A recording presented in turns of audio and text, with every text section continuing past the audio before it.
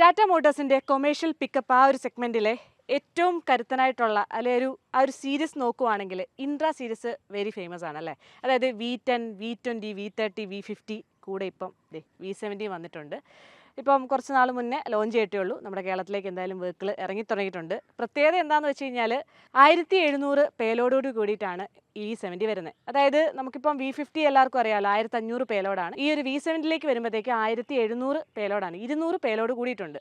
അത് മാത്രമല്ല കുറച്ചുകൂടെ വൈഡർ ആയിട്ടുള്ള ഒരു ബോഡിയാണ് കാണുന്നത്. അപ്പോൾ കുറച്ചുകൂടെ ഈ സാധനങ്ങൾ കൂടുതൽ ക്യാരി ചെയ്യാൻ വേണ്ടിയൊക്കെ എന്തായാലും ഹെൽപ്ഫുൾ ആവാൻ വിധമാണ് ഈ ഒരു V70 വന്നിട്ടുള്ളത്. അപ്പോൾ ഈ ഒരു ഇൻട്രാ സീരീസിനെ പറ്റി എടുത്ത് പറയേണ്ട ആവശ്യമില്ലല്ലോ. ഇൻട്രാ സീരീസിലുള്ള വെഹിക്കിൾസ് എല്ലാം തന്നെ ഏറ്റവും ബെസ്റ്റ് ഫ്യൂവൽ എഫിഷ്യൻസി, അതേപോലെ തന്നെ best performance, best load carrying area, അങ്ങനെ തുടങ്ങിയിട്ട് കുറേ അഡ്വാൻറ്റേജ് കിട്ടുന്ന സീരീസാണ് ഇൻട്രാ സീരീസ്. അതിലെന്തായാലും V70 കുറച്ചധികം ഡീറ്റെയിൽസ് ഒന്ന് നമുക്ക് നോക്കാം. നമുക്ക് എന്തായാലും V70 ഒന്ന് ഡീറ്റെയിൽ ആയിട്ട് നോക്കുമ്പോഴത്തേക്കും ഫ്രണ്ട് ലുക്ക് നോക്കിയേ, നമുക്ക് പെട്ടെന്ന് V70 ആണോ V50 ആണോ V30 ആണെന്ന് പെട്ടെന്ന് മനസ്സിലാക്കാനുള്ളൊരു ബുദ്ധിമുട്ടുണ്ട് അല്ലേ. പക്ഷേ മനസ്സിലാക്കാൻ പാകത്തിന് നമുക്ക് ഒരു കാര്യമുണ്ട്. അതായത് 2 കളർ ഓപ്ഷൻസിലാണ് ഈ ഒരു വെഹിക്കിൾ അവൈലബിൾ ആയിട്ടുള്ളത്. ഒന്ന് ഈ ഒരു വൈറ്റും പിന്നെ ഒരു ഗ്രേയും ആണ്. അങ്ങനെ 2 കളേഴ്സിലാണ് V70 അവൈലബിൾ ആയിട്ടുള്ളത്. ഇപ്പം ഈ ഒരു V70 ഈ 2 കളേഴ്സാണ് ഉള്ളത്. അതേപോലെ തന്നെ AC ഓപ്ഷനും നോൺ AC ഓപ്ഷനും അവൈലബിൾ ആണ്. ഇതിപ്പം നോൺ AC ഓപ്ഷനാണ്. നോൺ ACയിലേക്ക് വരുമ്പോഴത്തേക്ക് പെട്ടെന്ന് തിരിച്ചറിയുന്നത് വെച്ച് കഴിഞ്ഞാൽ ഈ ഒരു ബ്ലാക്ക് ബമ്പറാണ് നോൺ AC വെഹിക്കിൾസിന് കൊടുത്തിട്ടുള്ളത്. അതേസമയം AC വരുമ്പോഴത്തേക്കും ബോഡി കളർ തന്നെയായിരിക്കും ബമ്പേഴ്സ് വരിക. അങ്ങനെയുള്ള കുറച്ച് വ്യത്യാസങ്ങളുണ്ട്. അതുപോലെ തന്നെ ഇപ്പം നമുക്ക് ഇതിൻ്റെ വിത്ത് ബോഡിയിലുള്ള ഓപ്ഷനാണ് അവൈലബിൾ ആയിട്ടുള്ളത്. ഇത് കൂടാതെ ഷാസി മാത്രമുള്ള ഓപ്ഷൻസ് ഇനി മുൻകാലത്തേക്കൊക്കെ വരുന്നുണ്ട് എന്നാണ് അറിയാൻ സാധിച്ചത്. കൂടുതൽ അപ്ഡേറ്റ്സ് ഒന്നും കിട്ടിയിട്ടില്ല. അതുപോലെ തന്നെ ജസ്റ്റ് ഫ്രണ്ടിലെ കുറച്ച് കാര്യങ്ങൾ, V70 എന്നുള്ള ബാഡ്ജ് ഇവിടെ കാണാം, ഇൻട്രാ പിക്കപ്പ് എന്നുള്ള ആ ഒരു ബാഡ്ജിങ് ഇവിടെ കാണാം. അതുപോലെ തന്നെ ടാറ്റ മോട്ടോഴ്സിൻ്റെ ആ ഒരു വലിയ ലോഗോ ഇവിടെയുണ്ട്. ആ ഒരു ഗ്രില്ലും കാര്യങ്ങളൊക്കെ V50 ഒക്കെ ആ സെയിം തന്നെയാണ്, പ്രത്യേകിച്ച് മാറ്റമൊന്നുമില്ല. അങ്ങനെയായിട്ടുള്ള കാര്യങ്ങൾ പിന്നെ എടുത്തു പറയുന്നില്ല, കൂടുതലായിട്ട് വലിച്ചു നീട്ടി. ഇനി സൈഡ് പ്രൊഫൈൽ നോക്കുമ്പോഴത്തേക്കും സൈഡിൽ ഏറ്റവും കൂടുതൽ ഇപ്പോൾ ഇതൊരു ഹൈറ്റുള്ളൊരു പിക്കപ്പ് ആണല്ലോ, അപ്പം സൈഡിലേക്ക് ഒരു സ്റ്റെപ്പ് പ്രൊവൈഡ് ചെയ്തിട്ടുണ്ട് നമുക്ക് ഈസി ആയിട്ട് കയറാനും ഇറങ്ങാൻ വേണ്ടിയൊക്കെ.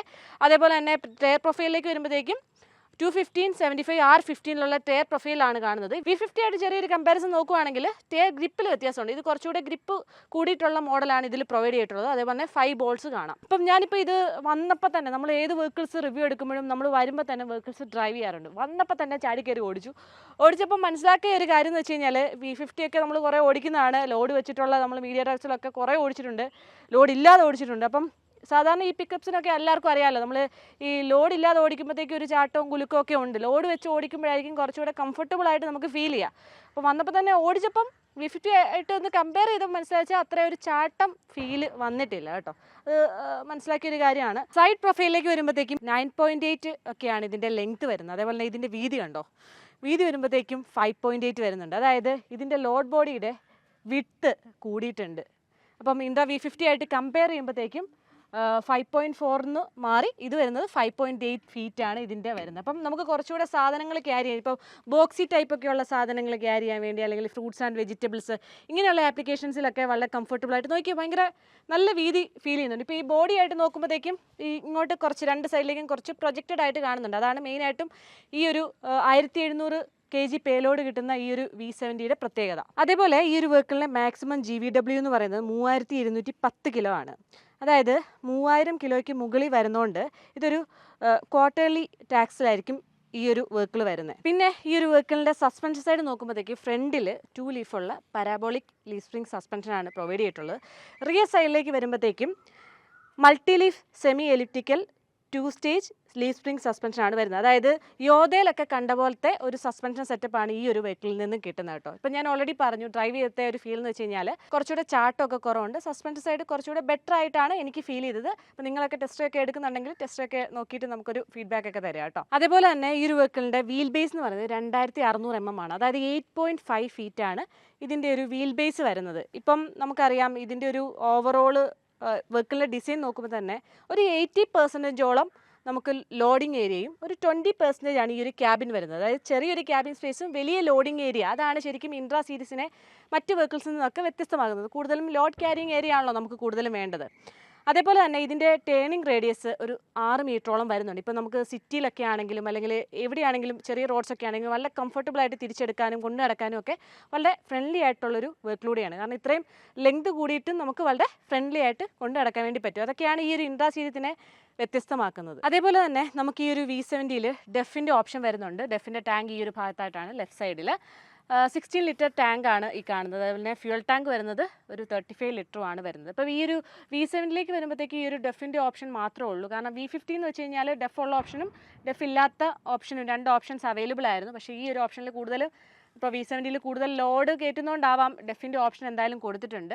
അതേപോലെ തന്നെ റേസൈഡിലെ ടയർ പ്രൊഫൈൽ ഓൾറെഡി നമ്മൾ ഫ്രണ്ടിൽ തന്നെ സെയിം തന്നെയാണ്. അതേപോലെ തന്നെ ഈ ഒരു V70 ആക്സിലിൻ്റെ പുറത്തും കുറച്ച് വ്യത്യാസങ്ങളുണ്ട് കേട്ടോ. കാരണം പേലോഡ് കൂടുതൽ എടുക്കുന്നതുകൊണ്ട് തന്നെ V50 നിന്നും വ്യത്യസ്തമാണ്. കുറച്ചുകൂടെ ഇൻക്രീസ് ചെയ്തിട്ടുള്ള പേലോഡാണല്ലോ ഇതിലുള്ളത്.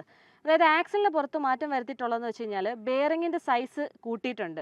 ഇപ്പം വലിയ ഗിയേഴ്സാണ് യൂസ് ചെയ്തേക്കുന്നത്. അതേപോലെ തന്നെ ടാപ്പർ റോളർ ബെയറിങ്സ് ആണ് യൂസ് ചെയ്തേക്കുന്നത്. അങ്ങനെ കുറച്ച് പ്രത്യേകതകളൊക്കെ എന്തായാലും ആക്സിലിന് പുറത്ത് ആഡ് ഓൺ ആയി വന്നിട്ടുണ്ട് കേട്ടോ. ഇനിയിപ്പോൾ നമ്മുടെ ഈ ഒരു V70 മെയിൻ ഭാഗം എൻജിൻ ഭാഗം നോക്കുമ്പോഴത്തേക്കും ശരിക്കും ഇൻട്രാ സീരീസിൻ്റെ ഒരു സക്സസ് ആയിട്ടുള്ളൊരു പാർട്ട് കൂടിയാണ് ഇതിൻ്റെ ഒരു എൻജിൻ. കാരണം എല്ലാവർക്കും വളരെ ഇഷ്ടമുള്ളൊരു ഭാഗമാണ്. കാരണം ഭയങ്കര പെർഫോമൻസ് ഉള്ള നല്ല രീതിയിൽ നമുക്ക് ഇനിഷ്യൽ പുള്ളിങ്ങും അല്ലെങ്കിൽ നല്ല ടോർക്കി ആയിട്ടുള്ളൊരു എൻജിനാണ്. ഇപ്പോൾ നമുക്ക് V50 ആണെങ്കിലും V30 ആണെങ്കിലും V70 ആണെങ്കിലും ഇതിലെല്ലാം കൊടുത്തിട്ടുള്ളത് സെയിം എൻജിനാണ്. 1500 cc, അതായത് 1497 cc എൻജിൻ 4 സിലിണ്ടർ എൻജിനാണ്. അതേപോലെ തന്നെ ഇതിൽ നിന്ന് കിട്ടുന്ന ഒരു പവർ എന്ന് വെച്ച് കഴിഞ്ഞാൽ ഈ ഒരു വെഹിക്കിളിൽ നിന്ന് കിട്ടുന്നത് 80 HP പവറും 220 Nm ടോർക്കുമാണ് പ്രൊഡ്യൂസ് ചെയ്യുന്നത്. അപ്പോൾ നിങ്ങൾക്ക് സ്വാഭാവികമായിട്ട് ഒരു ഡൗട്ട് ഉണ്ടാവും, ഈ സെയിം എൻജിൻ തന്നെയല്ലേ മറ്റു വെഹിക്കിൾസിൽ നിന്ന്, ഇപ്പോൾ ലോഡ് കൂടിയിട്ടും എൻജിനൊന്നും മാറിയിട്ടില്ല എന്നുള്ളൊരു ഡൗട്ട് വരും.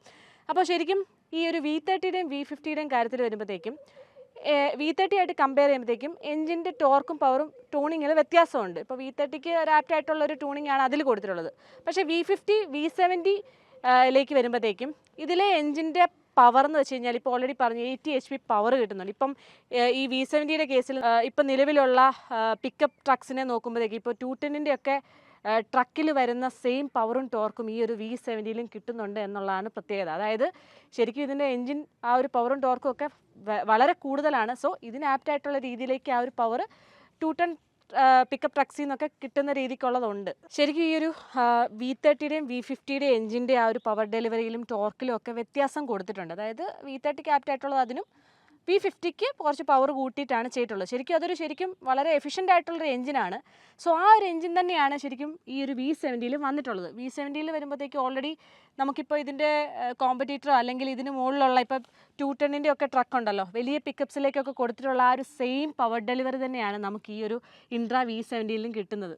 ശരിക്കും സഫീഷ്യൻ്റ് ആയിട്ടുള്ളൊരു പവർ ഡെലിവറി ഇതിൽ നിന്ന് കിട്ടുന്നുണ്ട്. സോ ഓടിച്ച് നോക്കുമ്പോൾ തന്നെ നമുക്ക് അതിൻ്റെ ഒരു ഫീല് കാര്യങ്ങളൊക്കെ മനസ്സിലാവും. അതുകൊണ്ടാണ് പറഞ്ഞ് മസ്റ്റായിട്ടും ടെസ്റ്റ് ഡ്രൈവ് എടുക്കാം. അപ്പോൾ ഇനി എന്തായാലും നമുക്ക് ഇൻസൈഡ് ഒന്ന് നോക്കാം. ക്യാബിൻ്റെ ഇൻസൈഡിലേക്ക് നോക്കുമ്പോൾ എല്ലാവർക്കും അറിയാം നമുക്ക് ഇൻട്രാ സീരീസിലൊക്കെ വരുന്നതെന്ന് വെച്ച് കഴിഞ്ഞാൽ ഒരു വാക്ക് ത്രൂ ക്യാബിനാണ്. ഇപ്പോൾ നമുക്ക് കംഫർട്ടബിളായിട്ട് ഈ ഒരു ഭാഗത്തൊക്കെ നല്ല സ്പേസ് ഉണ്ട്. ഒരു 3 ആൾക്ക് യാത്രയാണെങ്കിലും വളരെ സിമ്പിളായിട്ട് മീൻസ് നല്ല സ്പേഷ്യസ് ആണ് ഇൻറ്റീരിയർ. അതുപോലെ തന്നെ ഗിയർ നോബ്സ് ഒക്കെ ആണെങ്കിലും പ്ലേസ് ചെയ്യിക്കുന്നത് ഫ്രണ്ടിലേക്കാണ്. ഇപ്പം നമുക്ക് വളരെ കംഫർട്ടബിൾ ആയിട്ടുള്ളൊരു ഗിയർ ചേഞ്ചിങ് പൊസിഷനും കാര്യങ്ങളൊക്കെയാണ്. അതേപോലെ തന്നെ സീറ്റ്സ് ഒക്കെ ആണെങ്കിലും നീറ്റായിട്ടുള്ളൊരു സീറ്റ്സ് ആണ് കാണുന്നത്. ചെറിയ രീതിയിലൊന്ന് റിക്ലൈൻ ചെയ്യാൻ വേണ്ടി പറ്റും. അങ്ങനെയായിട്ടുള്ള കാര്യങ്ങൾ. പിന്നെയുള്ള കാര്യങ്ങൾ എന്ന് വെച്ച് കഴിഞ്ഞാൽ ഇൻട്രാ വെഹിക്കിൾസിലെല്ലാം തന്നെ അറിയാമല്ലോ, നമുക്ക് ഗിയർ ഷിഫ്റ്റ് അഡ്വൈസർ, അതേപോലെ തന്നെ എക്കോ മോഡിൻ്റെ സ്വിച്ചസ് തുടങ്ങിയിട്ടുള്ള കാര്യങ്ങൾ കാണാം. പിന്നെ ഇതെന്ന് വെച്ച് കഴിഞ്ഞാൽ ഒരു നോൺ AC വാഹനമാണ്. AC ഓപ്ഷൻ നമുക്ക് ഓൾറെഡി ഇപ്പോൾ ഉടനെ തന്നെ മുന്നിലേക്ക് അവൈലബിൾ ആണ്.